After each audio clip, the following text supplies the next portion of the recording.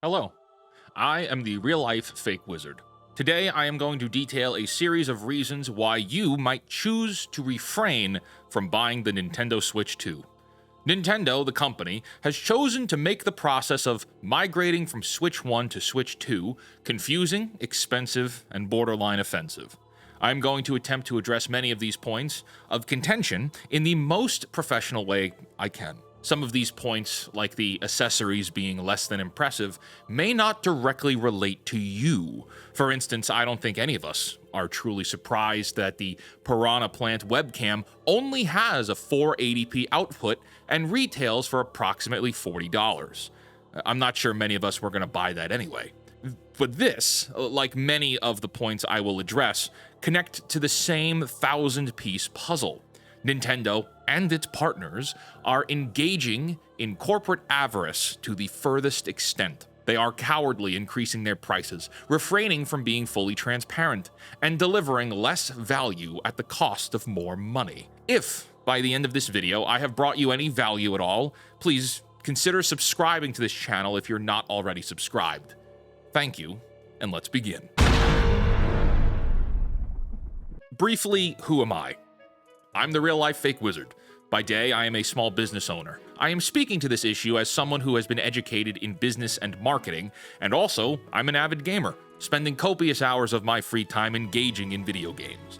I am speaking to this controversy as a business-minded individual and a consumer of these products. As we get into this, I want to make my intentions clear, because I got a series of comments on my last video discouraging me from making these videos, claiming that Nintendo is not going to listen to me. I don't care. I'm not speaking to Nintendo. Nintendo has made their choices. They know what they want. They want to charge more money and deliver a little bit less. Nintendo is the 9th richest company in Japan, and I'm a fake wizard who makes business analysis videos. I don't care if they hear me or not. I care about you. I'm making videos with the hopes of convincing even one of you to make a choice. If you feel like Nintendo is taking advantage of you with their new pricing strategy, or perhaps with the many points we're about to go over, if you're disgruntled with the state of modern gaming and you want to fight back, my video is for you. If you're unhappy with the hand we keep getting dealt as gamers who love gaming, and you want to do something about it to try and fight back, my videos are for you. People are going to buy this console. Yes. People are going to buy $80 games. Yes. But you don't have to. If you believe that what Nintendo is doing is wrong, you don't have to participate. I also briefly want to preface that I hope many of the things I point to here are wrong. I am going on information and research that I've done, and we're living in a news cycle where every single day there are updates. Things are changing radically and rapidly, which means all of this could be obsolete in the next 24 hours. That's something to keep in mind, and frankly, that's something I kind of hope happens. Number 1, Nintendo's failure to be transparent has created this entire situation. The timeline here is very stupid, foolish. Nintendo holds a 1-hour direct showcasing the new Switch console along with lots of games and accessories. For the most part, everyone was okay with this. These were good enough announcements, but they didn't share the price, instead leaving the prices to be published online by the access media journalists all over the world. This is what created the controversy. This cowardice to not be transparent themselves was almost a reverse Streisand effect. They thought that having the media publicize the new prices was going to make it go over easier with the public, but that's not at all what happened. If Nintendo wanted to charge higher prices, they should have announced it themselves and explained everything in their own words. Because right now, everyone thinks they're cowardly sneaks. Number 2, the GameCube controller is only going to work for the GameCube emulated games. I hope this one turns out to be wrong, but it seems like every single day there is more bad news. This is one of them. The GameCube Switch 2 controller will allegedly retail for $64.99 in the United States, though pre-orders are not listed yet, which means you'll need to purchase this special remote, the console, and have a Nintendo Switch Online subscription to access the GameCube emulator, and this remote will only work under these circumstances. Unlike the Wii, the GameCube controller will not work on other Switch 2 games. Number 3, region-locked consoles. There is a Switch 2 Japanese version region-locked that is almost $100 less than the multilingual versions that are being shipped worldwide. That means the console itself could very well be up to $100 cheaper around the world, and yet it's still $450 here in the United States for the base console with 0 games. That seems outrageously greedy. Number 4, the price of the console. The console price of $450 or $500 is a lot of money, and this will certainly price out lots of families who had considered Nintendo to be family-friendly both in price and in content. The current Switch console can be purchased for $350 and includes Super Mario Wonder, which is one of the biggest titles on the system. That's a near $100 difference from the base Switch 2 model, which comes with 0 games. Number 4.1, the console specs do not match the price. I'm not a hardware spec junkie or anything like that, but from the research I've done here and seeing reports even from IGN, the specs on this console are comparable to, some say, a PlayStation 4, and some put it closer to a PS4 Pro. This is a console that costs $450 in the United States, but has the quality of a console that is almost 10 years old. Number 4.2, the consoles are selling at a loss. This news just dropped as I was preparing this video. Again, the news cycle is radical and rapid right now. Things are changing all the time. Analysts, big pause on analysts, that means it's not Nintendo themselves making these claims, are saying that the cost of the Switch itself to sell in the United States would cost close to $400. And with the possibility of tariffs, that means Nintendo could be taking a 10% loss on the system. This sounds like maximum manipulation, to make you think that Nintendo deserves all the money they're charging for the console, which we don't know is true. However, this is routine. Most gaming consoles are sold at a loss initially to attract customers, with profits made through game sales and service sales. Articles and analysts putting out information like this is meant to make you think, oh, well, I guess it's worth the purchase price. It's justified. Nintendo is taking a loss here. Except, firstly, Nintendo hasn't confirmed this themselves. The tariffs are an unpredictable variable. The news changes every 5 minutes on the tariffs. We think talking about the Switch is bad. The tariffs are worse. Until you are charging your credit cards, we have no idea how the tariffs will impact the price. And the tech inside the machine is debatably 10-year-old tech. If they are really selling at a loss, that's Nintendo's problem, not yours. Number 5, battery life. It is expected that the console's handheld mode battery will clock in with 2 to 6 hours of battery life, depending on the game being played. That is considerably low. That is not a lot of gameplay time. The current Switch 1 models boast a 4.5 to 9 hour battery life, which is much larger. Number 6, timed exclusives. This is a bigger topic for sure, and I do not have all of the facts here. I just have a little bit of information. Hades 2 is being advertised as exclusive. It's not. It's a timed exclusive. That is true. From Software's The Dusk Bloods is being advertised as exclusive. It could be. However, if we look at the trademark filed, it is explicitly noted that ROM cartridges and discs are in the filing. I'm no lawyer, I'm a fake wizard. But even I know that these legal filings are meant to be as broad as possible for the most protection. But the specific noting of discs could imply that Dusk Bloods could be ported to other consoles. Point being, if you're only buying a Switch 2 for the Dusk Bloods, perhaps hold your horses and let's wait for more information. If it is truly an exclusive, fine. But in an age of news, changing at the snap of a finger, anything is possible. Number 7, Breath of the Wild Switch 2 Edition does not come with the DLC expansion pass from the Switch 1. This made no sense to me when I saw it the first time. I had to read it a few times to fully understand. If you buy the Switch 2 edition of this 8-year-old game, which retails for $70, it does not include the DLC from the original game.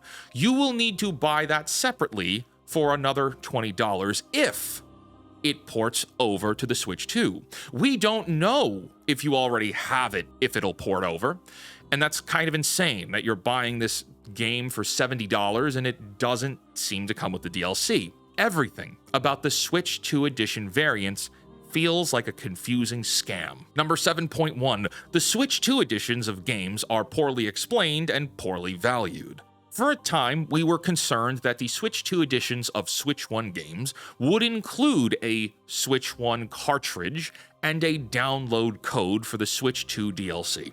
It took content creators reaching out to Nintendo's support to clarify this and confirm that the Switch 2 edition games will have the full thing on the cartridge as long as it's not a game keycard version. This then ties back into what I just said in number 7 because their value is poorly explained. On a $70 purchase for a game that's 8 years old, why doesn't it come with the DLC from 8 years ago? Why are you paying $10 over the $60 original price for graphic upgrades? Shouldn't the Switch 2 come with those upscales natively? Oh, wait, I can bypass that extra $10 with the NSO subscription? Do I get the Kirby DLC with the NSO subscription? I don't. Just the Zelda games? Why? You see, it's a complete mess. Number 8, Switch 2 is running an emulator to power Switch 1 games. I hope there's more information that comes out to disprove this in the future. But as of now, yes, the Switch 2 console does not natively run Switch 1 games. It's working like an emulator, which means that this is likely why there are over 100 games that will not work on day one on the Switch 2 and will need to be patched in later on, or not at all. Who knows at this point? Number 9, the memory cards are very expensive. Switch 2 is only compatible with EX micro SD cards for extra storage. These cards come in around $50 for 128 gigabytes, whereas you can get a bundle of 2 Switch 1 cards at 128 gigabytes for $40. That's just more expenses. Number 10, the Joy-Cons may still have stick drift. We've been told that they reinvented the Joy-Cons from the bottom up, but they do not have the Hall effect that would reduce stick drift, and there's no guarantee that stick drift will be prevented. However, the controllers will still cost a whopping $90 in the United States. Number 11, the Game Chat feature requires a subscription. This Game Chat feature is a major point of contention, and I don't think many players really care for it at all. Game Chat will require you to be subscribed to the NSO service, which is a monthly charge. Yes, there will be promotions and options for you to get it for free for a time, but that's not forever. If you stop paying, the Game Chat feature is rendered useless, and the C button is rendered useless as well. I know other consoles do this and also charge you for it. That's not the issue. This issue is that this is one of the biggest selling points for this console as per Nintendo's advertising, and it's something that not many people want or care for at all. Following that, number 11.1, the C button. Just like the Game Chat feature, on the console remotes there is going to be a C button. This might as well mean credit card. The C button opens you into the Game Chat menu, and just like Game Chat, if you aren't subscribed, it will open to a paywalled menu pausing gameplay. This is weak, and it's something I hope they roll back and remove or put in a different place on the future Switch 2 editions. Number 11.2, the quality of these Game Chat recordings is intentionally poor. The frame rate on the screen sharing is running on single FPS, and apparently, this is intentional to decrease load on the system, but at that point, it renders the idea of the feature kinda useless if it needs to look this bad. Number 12, game key cards. These are a really massive talking point, and I've discussed them quite a bit in my other videos, but overall, you'll be buying physical boxes with physical cartridges that do not have the game fully installed on the cartridge. You will need to have an internet connection to download the rest of the game. Yes, Sony does this too. Yes, Xbox does this too. That doesn't make it right or consumer friendly. With Nintendo here, games like Bravely Default are getting key carded, but something like Cyberpunk 2077, which is substantially larger in size, might fit entirely on the cartridge at launch. You know what this game key card thing allows companies to do? And I hadn't even thought of this in my previous videos. It allows companies to ship incomplete games. Like, we already have that, yes. The day one patch culture is as massive as it is annoying, and this will incentivize developers to have the bare minimum loaded onto the cartridges, and then you need to download the rest on launch day. But more so, this ties into the discussion around physical media. You're buying a cartridge that doesn't have the game on it, and with Nintendo's reputation for their online services like the eShops on the 3DS and the Wii U, who's to say these keycards are usable at all in the next 15 years? With waning trust for Nintendo as a company, it's hard to take this seriously. Number 13, the launch titles are lackluster. At least for me. You may love Mario Kart, that's great, but that's the only true Switch 2 full game being released on day one. After that, you'll have to wait a month for Donkey Kong, while Metroid and Pokemon Legends have yet to get confirmed release dates. So that's just it for now. Number 14, alright, let's talk games. The price of the games is being bumped up to $80 for the base game price of mainline Nintendo games. Yes, right now that's just Mario Kart World, but that's enough to set the precedent. If this succeeds, then games like Pokemon ZA and Metroid Prime 4 will also retail for $80 or worse. Nintendo of America President Doug Bowser has said that they're implementing variable pricing, meaning they will charge a random price for each game. This could be higher than $70 or $80, and well, personally, I don't see it going lower. $80 for a video game is an absurd price that should be met with disdain by all consumers of Nintendo products. 14.1 Value Proposition. The increase in price is ridiculous. Nintendo puts out predictably satisfying products, yes, but they're not creating technical marvels. The games are variations of the same gameplay with the same stories over and over. That's not bad. That's not a bad thing at all. I love these games myself.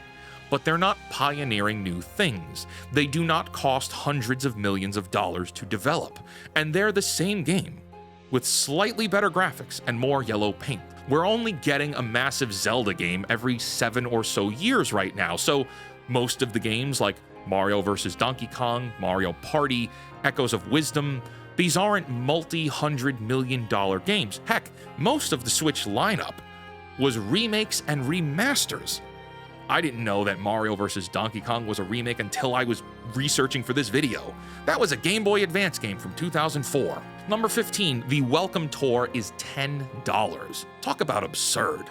This is wild. The tech demo that is supposed to show you all the special features on the system is $10 US, whereas the Wii had Wii Sports for free and PlayStation got Astro's Playroom. The Switch 2 wants $10 more from you to get the Welcome Tour. That doesn't sound very welcoming. Also, if you bought the Japanese version in Japan, they're only charging the equivalent of $3 in yen, but $10 here in the United States. So there's that too. Number 16, no OLED screen at launch. Yes, the console will come with an LCD screen, just like the original Switch 1 did, which sets a precedent that they're going to sell us a new Super Switch 2 in a few years that now has an OLED screen. I've had both the Switch 1 with and without the OLED screen. There's a massive difference, and it's worth the difference. And apparently, It didn't cost all that much for them to make the OLED screens the last time. Though we don't have the facts for what things cost today, this is something to consider. Why couldn't you launch with the OLED screen on day one?